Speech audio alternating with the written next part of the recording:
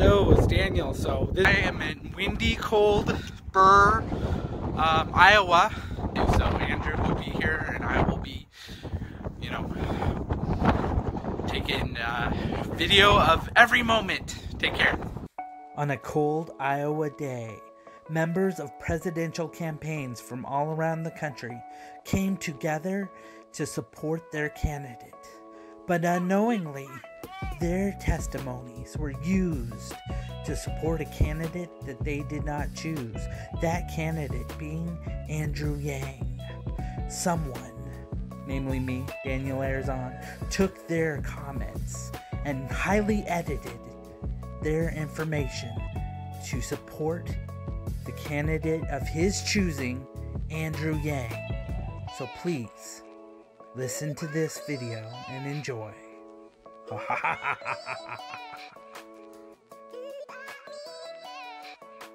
I'd like to welcome you all to the Boone County Democrats Democracy Ball. My name is Tim Winter. I'm the chair of the Boone County Democrats and your MC for this evening. After I read his book, it's clear he spent his entire career running towards tough problems instead of running away from them. Yes, the name of the book is The War on Normal People. Affecting our state, and really just saw who was the real deal. She's in this for all the right reasons. Policy ideas that are big and small that will affect everyday Americans. A passionate fighter. Here tonight, we have, for the year 2020, the real deal.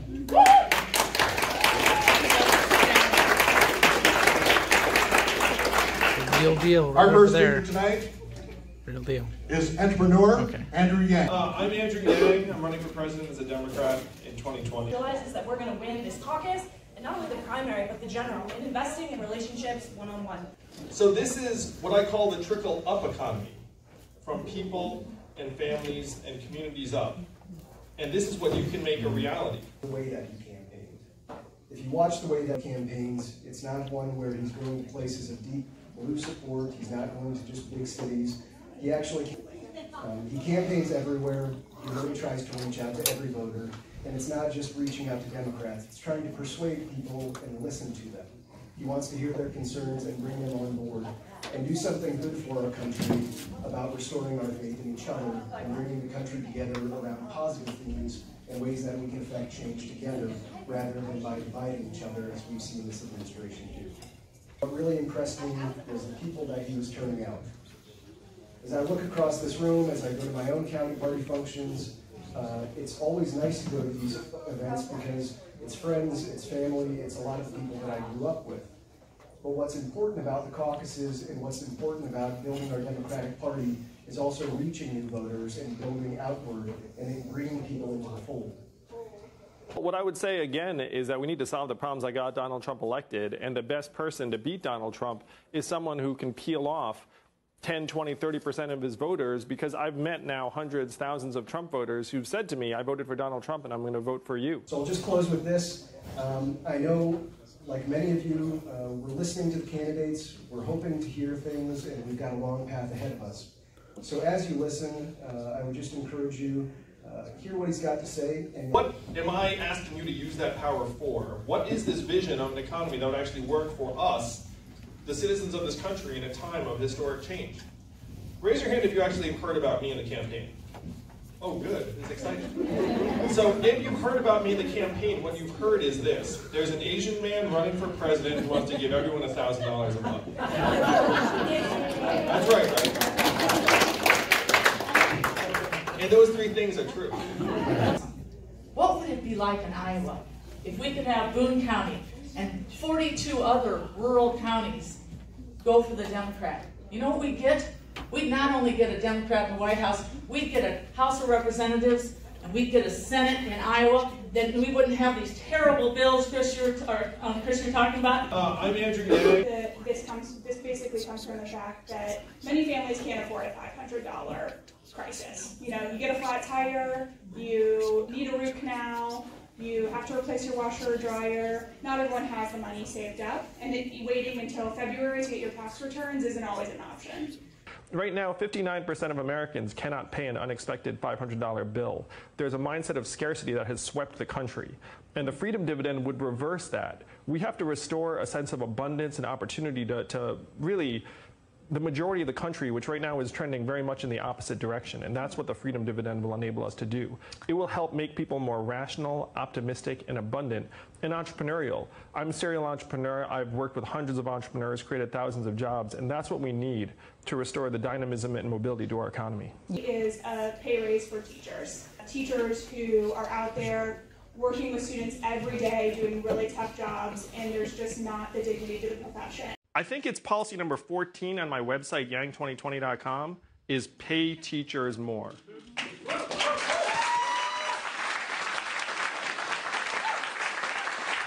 And this is not a feel-good measure. This is an investment in ourselves. The data shows that a good teacher is worth his or her weight in gold in terms of the increased education outcomes for all of the children in their classrooms. And when you look at the data, teachers are the most important variable consistently.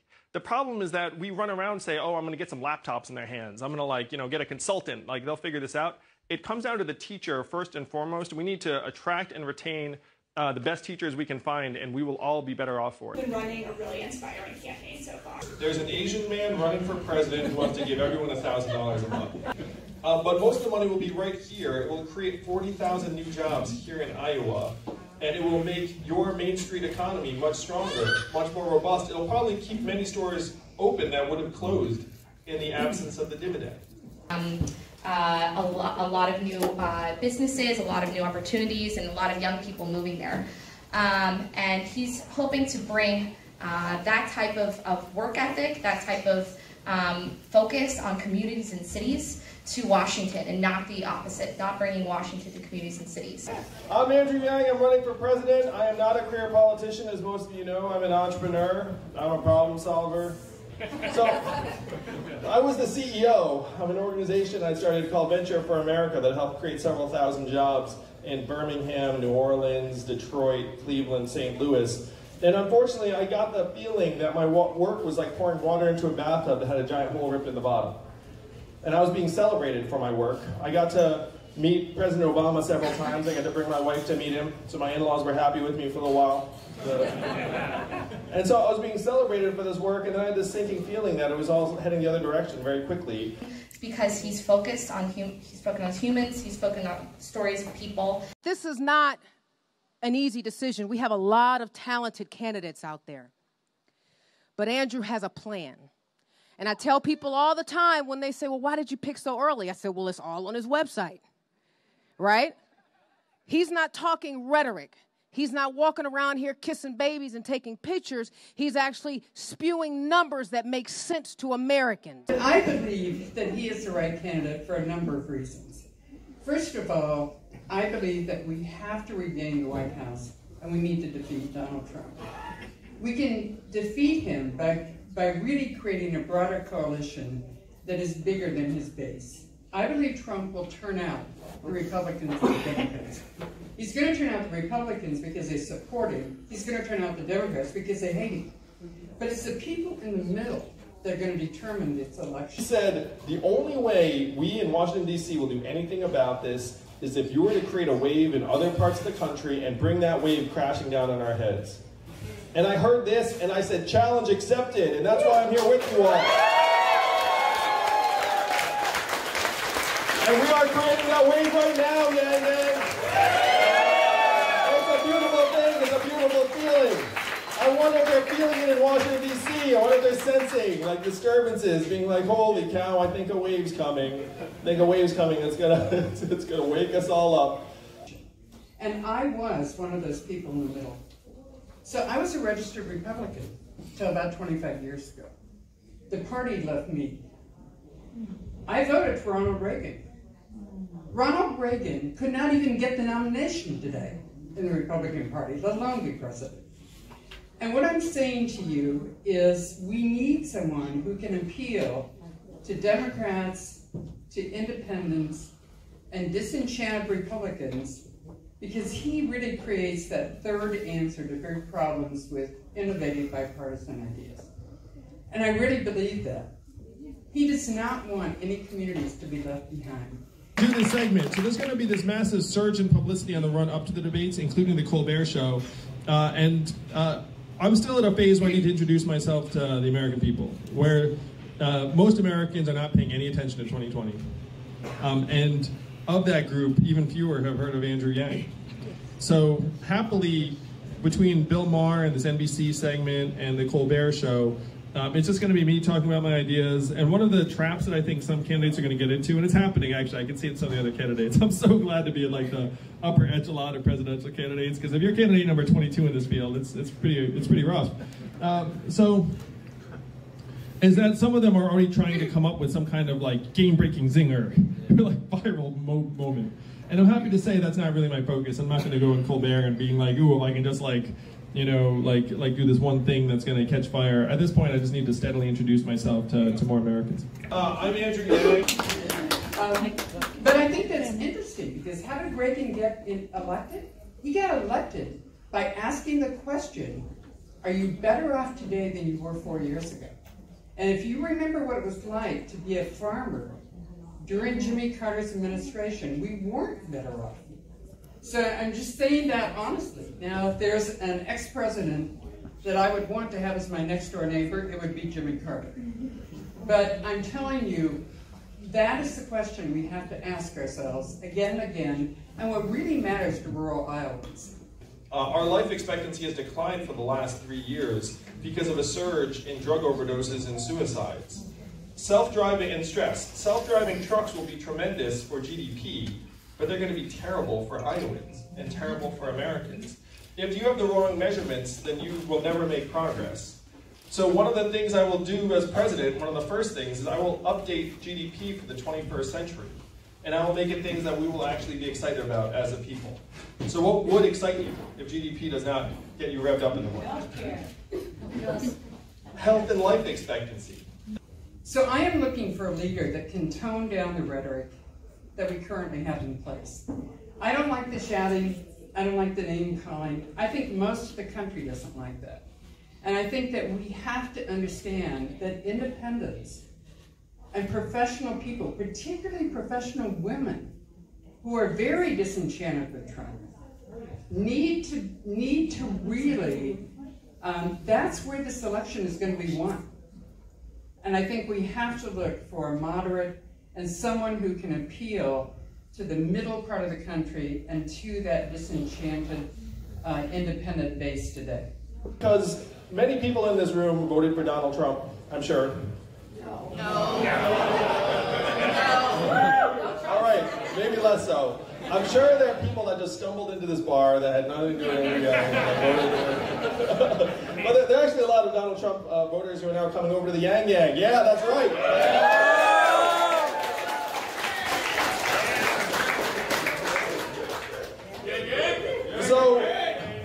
So that's true. It's now pronounced Yang Yang. So, like it or not, tens of millions of our fellow Americans voted for Donald Trump, where there was a sense of need or desperation that was high enough so that millions of Americans decided it was a good idea to take a bet on the narcissistic reality TV star. And we have to reckon with that. That's not a mistake. That's not tens of millions of Americans just waking up and being like, you know, like there are real problems going on in this country. I believe that healthcare is a human right, and I think that we need universal health care. We need it with options so that people who can't get coverage can get them. We need to strengthen the Affordable Care Act and Medicare. We don't need to gut them. Now we're spending twice as much on our health care to worse effects than other countries. We're spending 18% of GDP. And one of the things that is confusing about this is people are like, where are you going to get the money? Which is completely incorrect. We're spending twice as much on other countries. If we channel our existing resources and negotiate lower drug prices, lower rates, we can get the access up and the prices down and make it so that the people that are struggling, it is immoral that in the richest, most advanced economy in the world, we are more stressed out about navigating our Byzantine dysfunctional healthcare system when our loved ones get sick or injured than we are actually caring for them and helping them get well. This focus on mental health. There are 137,000 Iowa residents who are affected with chronic and serious mental health issues. So number one is a giant mental health initiative, because right now we have many young boys in particular who are falling through the cracks that if they were getting proper help. And my brother's a psychologist, so I'm very passionate about this. You all probably know I want to have a psychologist in the White House to help destigmatize the issues around mental illness. And that's helpful. And I thought that was a good idea even before Trump became president. I always thought it was a good idea.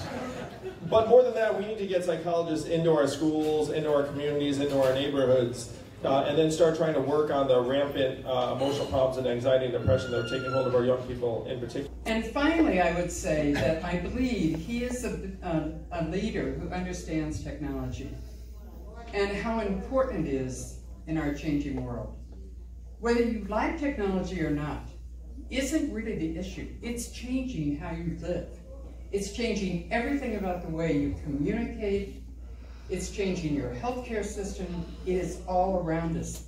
And so we need a leader who's young enough and experienced enough to really embrace technology and make sure that it works for us, not for the companies who are trying to shove it down to us, but it's working for all of us. I'm Andrew Yang, is that we'd automated away 4 million manufacturing jobs in Michigan, Ohio, Pennsylvania, Wisconsin, Missouri, and 40,000 right here in Iowa. And if you dig into the numbers, you see that there's a straight line up in between the number of industrial robots that were brought into a voting area and the movement to Donald Trump. We are in the third inning of the greatest economic and technological transformation in the history of our country, what experts are calling the fourth industrial revolution. And Donald Trump is a symptom, he's a manifestation of this economic shift. And unfortunately, the economic shift is about to accelerate and take off. How many of you have noticed stores closing around where you live? And why are those stores closing?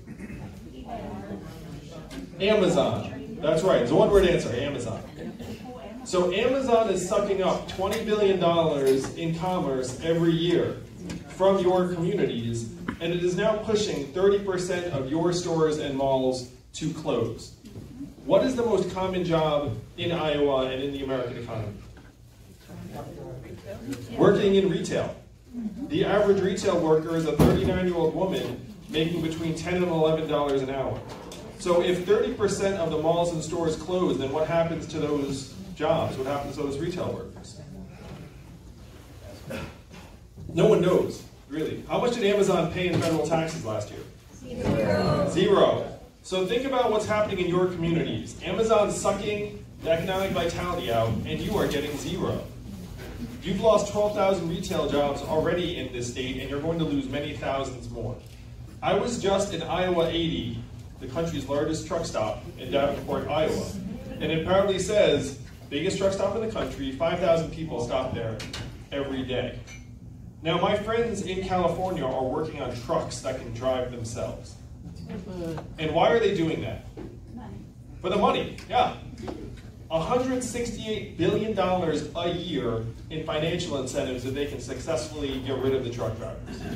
Now, here in Iowa, being a truck driver is one of the most common jobs, as it is in 28 other states. There are 3.5 million Americans who presently drive a truck for a living. 94% men, average age 49. They make about $46,000 a year. Many make more. They work very, very hard. It's hard on their bodies. They're away from their families for, 4 days a week. But they're up against $168 billion a year in financial incentives. And my friends in Silicon Valley tell me that we are 5 to 10 years away from trucks that can drive themselves. So reflect on what's happened here. You've started losing manufacturing jobs. Donald Trump wins. You're now going to lose retail jobs. Eventually, you're going to lose the truck driving jobs. You're going to lose call center jobs because the call center jobs are going to get taken over by technology. But I think we need a leader who can embrace technology and who can really make it do and be that game changer that we need for economic growth in Iowa. I'm Andrew Yang. Well, we all know how you feel. We have a long ways to go. And we know we're in difficult times. But as Teddy Roosevelt once said, nothing in the world is worth having or worth doing unless it means effort, pain, difficulty. We must dare to be great. And we must realize that greatness is the fruit of our toil and our sacrifice and our high courage. Or to paraphrase Winston Churchill, now we are the masters of our fate. That the task that has been set is not above our strength or beyond our endurance. As long as we have faith in our cause and unconquerable willpower, salvation will not be denied us. With your help, we will have a Democrat sitting in the Oval Office. How do I know? Because we are the real deal. Thank you for all our speakers, our hosts, and all of you for attending and for staying for everyone tonight. So Nate Silver took a look at those three numbers. He said, okay, polling 3%, raised almost $3 million, bottom of the barrel name recognition. And he said, and I quote, "We cannot rule out the possibility that as more people find out about Andrew Yang, he grows and grows, runs the table, and wins the whole thing." And that is why we need your help, because as more people find out about this campaign, the trickle-up economy, from people, families, and communities up, then there's no stopping us.